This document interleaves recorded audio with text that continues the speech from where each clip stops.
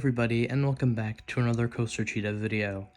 In this video, I'll be reviewing Goliath at Six Flags Great America, which is an RMC Topper Track wooden coaster. Goliath is located right outside of the DC Universe section of the park, and it looks very imposing as you walk up to the ride. It has a Roman-inspired archway with the Goliath sign, which honestly looks great. However, unfortunately, that's where Goliath theming starts and ends. Now getting into the coaster's layout. You start off with an unbanked turn that leads you into the 165-foot lift hill, which is actually pretty steep. Now when you crest the top of this lift, you drop down 180 feet, and that's because you drop into a tunnel, which is why the drop is larger than the lift hill. The drop is outstanding, and you hit the max speed of 72 miles per hour at the bottom of the drop. You get ejected in pretty much every seat on this ride, especially if you're in the back. This is definitely one of the best drops that I've experienced. Now you will go into a large turnaround, which is actually very cool. You rise up and bank while you are going up, then bank to the right and drop down as you unbank. It's a very strange sensation. You will then go into a large airtime hill that is absolutely filled with ejector airtime.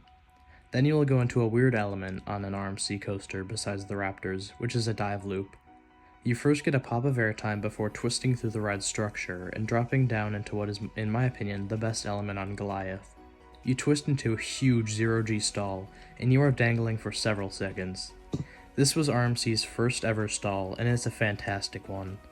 I believe this was the longest stall in North America up until Air Force One opened at Fun Spot Atlanta. After this stall, you then go into another turnaround. It's just like the first one, but instead just smaller. This turnaround is a little less powerful due to the amount of speed that it's taken at, but it's still a great element. Then Goliath goes out with a bang.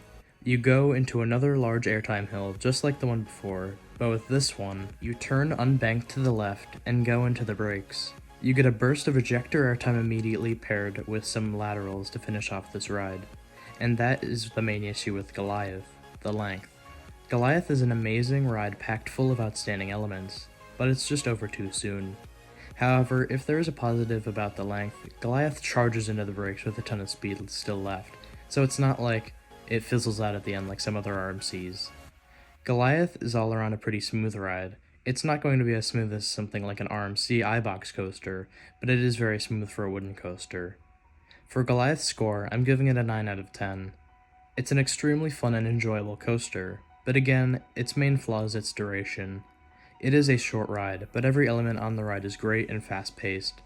Goliath is also my favorite coaster at Six Flags Great America. Comment down below what you think of Goliath, and please like and subscribe if you enjoyed.